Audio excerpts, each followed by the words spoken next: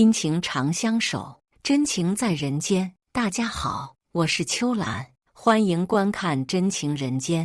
李菲菲和张嘉是公司里的模范情侣，两人同是高收入的白领，且毕业于同一所名校，结为连理之后，可让人羡慕不已。可当张嘉出差回家，看到的却是妻子大鱼大肉，而母亲只能吃剩菜。但李菲菲的理由让他哑口无言。李菲菲是公司运营部有名的大美女，想当初她还没有结婚的时候，有不少部门的年轻小伙都上赶着为她鞍前马后。可李菲菲眼光高，轻易看不上别人，加之家里比较富裕，所以也不急着谈对象。但后来运营部转来一个颇为能干的年轻人，长得英俊挺拔，性格也不错，李菲菲便对这人有了些许好感。熟悉了之后，李菲菲又知道他竟然和自己毕业于同一所大学，而且还听说过自己的名字。这样的巧合让李菲菲觉得两人还真有些缘分。这时候，年轻人也就是张嘉便试探性地问了一句：“既然咱们这么有缘分，那就干脆在一起算了。”他这句话虽然是试探，也表明了他的确对李菲菲有些意思。而李菲菲看明白了他的想法，思考2天后，并回复他说：“我觉得你这个人还蛮不错的，那我们就在一起吧。”两人的恋情可谓是轰动了运营部，有不少人惋惜地对张嘉说：“真是便宜你了，没想到大美女竟然会看上你这个新来的。”张嘉知道他们只是调侃，腼腆地笑着说：“菲菲那么好，我可不得抓住机会。你小子！”大伙使劲捶了捶他的肩膀。之后，李菲菲和张嘉的恋情进行得很顺利，两人谈了大概有近1年左右。等到时间差不多了，他们就顺其自然地步入了婚姻。结婚之前，公司里的人觉得他们是模范情侣；结婚之后，公司里的人更觉得他们是模范夫妻。眼红的人可不少。李菲菲最喜欢在朋友圈晒自己和老公的甜蜜日常，然而最近1年来，李菲菲却很少在朋友圈晒自己的丈夫，花费在工作上的时间也越来越多。这时，部门里空了一个职位，李菲菲和张嘉都是有力的竞争者，于是张嘉主动接了一个项目去出差。不巧的是，张嘉的母亲从老家赶了过来，他只能将母亲托付给李菲菲照顾。李菲菲拍着胸脯保证：“你放心去吧，我一定会好好照顾婆婆的。”可放心去出差的张嘉没想到，自己回来就会看到那样的一幕。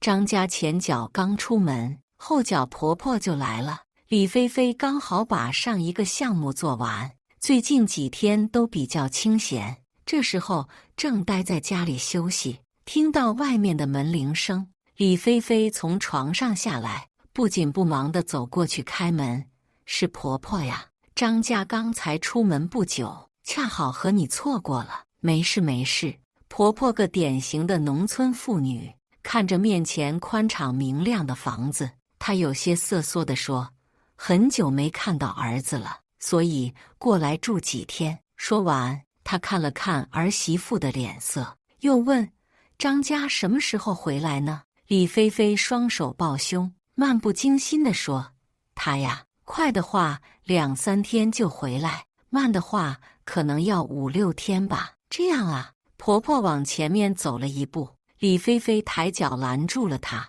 这里有新的拖鞋，您换了鞋再进来。”“好。”婆婆老老实实的点头。当初两人结婚的时候，李菲菲就知道自己这个婆婆是个老实人，而婆婆颇有些畏惧自己这个年轻的儿媳妇，平时在她面前都显得很木讷。这次儿子不在，婆婆那颗心可谓是在半空中晃了又晃。李菲菲见她收拾好了，便若无其事地说：“婆婆呀，你身上带了多少钱来？”婆婆一愣，下意识地摸了摸自己的衣兜。“我带了300块钱，你把钱给我吧。”李菲菲直接道。婆婆不敢反驳，把身上的钱都交给了她。然后没2天，婆婆就后悔了，因为她想在外面买水果，却掏不出1分钱。而之后，儿媳妇不知道为什么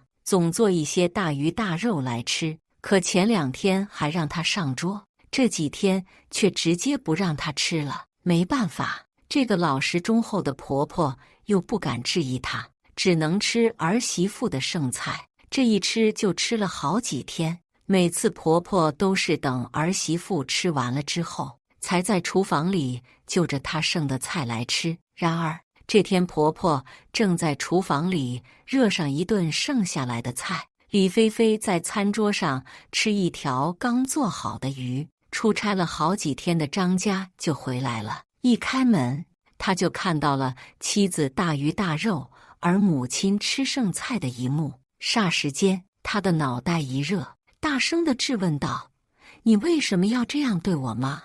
而李菲菲不急不缓地反问道：“你要问我为什么这样做？那你先想想，1年之前你究竟做了什么事情？”张家一愣，瞬间想起了1年前的那件事。其实，李菲菲之所以这样对她的婆婆是有原因的。1年前，正在公司上班的李菲菲突然接到邻居的电话，对方称她的母亲晕倒在了小区门口。李菲菲一惊，迅速赶去了医院，而医生看到病人家属来之后，便告诉她说：“你母亲得了肿瘤，目前看不出是良性还是恶性，因此要等你过来之后，我们才好做更多的检查。”李菲菲立马着急地说：“赶紧给我妈做检查，不管花多少钱都没事。”之后，医生对李母做完了应做的检查，并对李菲菲说：“情况不是很好，这个瘤子已经开始发生病变了，你最好要做最坏的打算。”当时李菲菲心底一沉，险些没有能够在母亲面前掩盖住自己的表情。她对李母说：“这个病啊，没什么严重的，就是医生说要做个小手术，你好好在医院待着。”而张家也得知自己岳母生病的事情，过来帮了2天忙之后，又回去继续工作了。临走之前，他安慰李菲菲说：“妈，这个病一定能够治好的，公司那边你不用担心，领导知道你的情况，给你放了长假。”“我知道。”李菲菲心情低落地说。随后，她在医院陪着母亲配合医生的治疗方案。然而，李母配合了一段日子后，也隐约明白了自己生的这个病并不是什么小问题。她贴心的没有对女儿说，依旧装作一副什么都不知道的样子。直到长时间的治疗让她的身体越来越差，这时李菲菲已经在李母的病上花了几十万元，多年的积蓄都填了进去。然后你想想，你究竟做了什么事情？李菲菲面无表情地看着张家。你需要我在婆婆面前把你做的事情说出来吗？婆婆傻傻地看着2人的对峙，而张家神色有些慌乱，他把自己母亲推到房间里，随后转头对李菲菲说：“这都不是你虐待我妈的理由。”李菲菲嘲讽地看着他说：“怎么？难道你还怕婆婆知道你非要和我婚内一致吗？”啪的一声，杯子摔碎到了地上。张家下意识地转过头，眼里清晰地映出了母亲震惊的脸庞。那时，李母的病一日又一日的恶化，她在医院里所吃的药物十分昂贵，即使对李菲菲颇为宽裕的经济状况来说，那也是一笔不小的负担。张家敏感地察觉到了岳母的病就像一个吞金兽，吞进去的钱都打了水漂。而张家出生于一个贫穷的农民家庭，他从小就吃惯了没钱的苦，所以他努力地读书，考进了名牌大学，毕业之后又有了一份不错的工作。即使是这样，张家依旧在钱的问题上十分在意。本来他和李菲菲两人都是白领，各自的工资都不低，而平时李菲菲更不会找他要钱，所以李菲菲也从来没有察觉到张家的吝啬。这次面对岳母来势汹汹的病情，张家终于忍不住对憔悴不堪的李菲菲说：“菲菲妈，这病是不是还得拖很久？”李菲菲用手捂着脸，痛苦地说：“癌细胞的转移速度太快了，本来之前医生说有50%的可能性治愈，现在只有20%不到。那你有没有想过放弃？”张家试探地问。“我怎么可能会放弃？她是我妈，我永远不会放弃她。”李菲菲坚定地说。张家听完这话，神色不甚分明。又过了2天，张家突然对李菲菲说：“我看西方很流行一种婚内相处方式，听说有利于婚姻长期稳定的发展。”李菲菲不解：“什么方式？你怎么开始突然关注这些奇奇怪怪的东西？”张家略有些迟疑地说：“就是夫妻婚内 AA 制，很多夫妻婚姻破裂都是因为经济问题，我们2个 AA 制就不会有那些问题了。”李菲菲猛地抬头，不可置信地看着眼前的男人：“你刚刚说什么？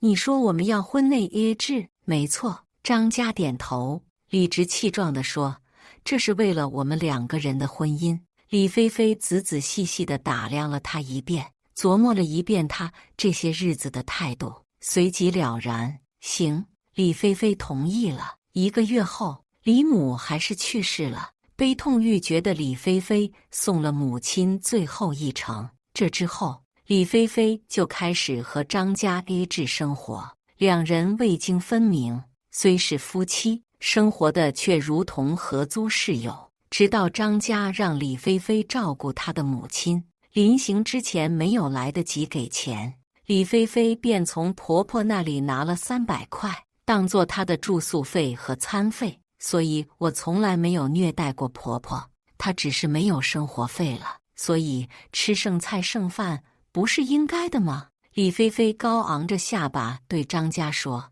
而婆婆终于听明白了AA制的意思，指着自己的儿子骂道：“你怎么可以这样对菲菲？她是你的媳妇，要陪你过大半辈子的人，你怎么可以和她在钱财上面分得这么清楚？”张家扭过头去，不做任何解释，而李菲菲眼神复杂地看着婆婆：“婆婆，这几天是我对不起您，我不该把对张家的恨发泄到您的身上。”说完，她又看向张家：“我们离婚吧。之前不提是因为妈去世的事情给我的打击太大，而且我也不想因为离婚这件事影响到工作。而现在刘主任说公司那个位置是我的了，和你离婚已经不会有任何影响。”“什么？”张家一脸震惊。后来李菲菲和张家离婚了，公司里也有不少人知道了2人 AA 制的事，看待张家的眼神都不一样了。而张家忍受不了李菲菲是自己的上级，在公司里干了大半年之后便自己辞职了。事情就这样结束了，李菲菲也没有了再婚的心思，是把所有的精力都投入到工作之中。或许有一天，她会遇到一个适合自己的有缘人吧。感谢大家的观看，欢迎大家在下方评论区讨论。如果你喜欢这类故事，记得点击订阅真情人间，并分享给更多的人，这会对我帮助很大。再次感谢大家的观看。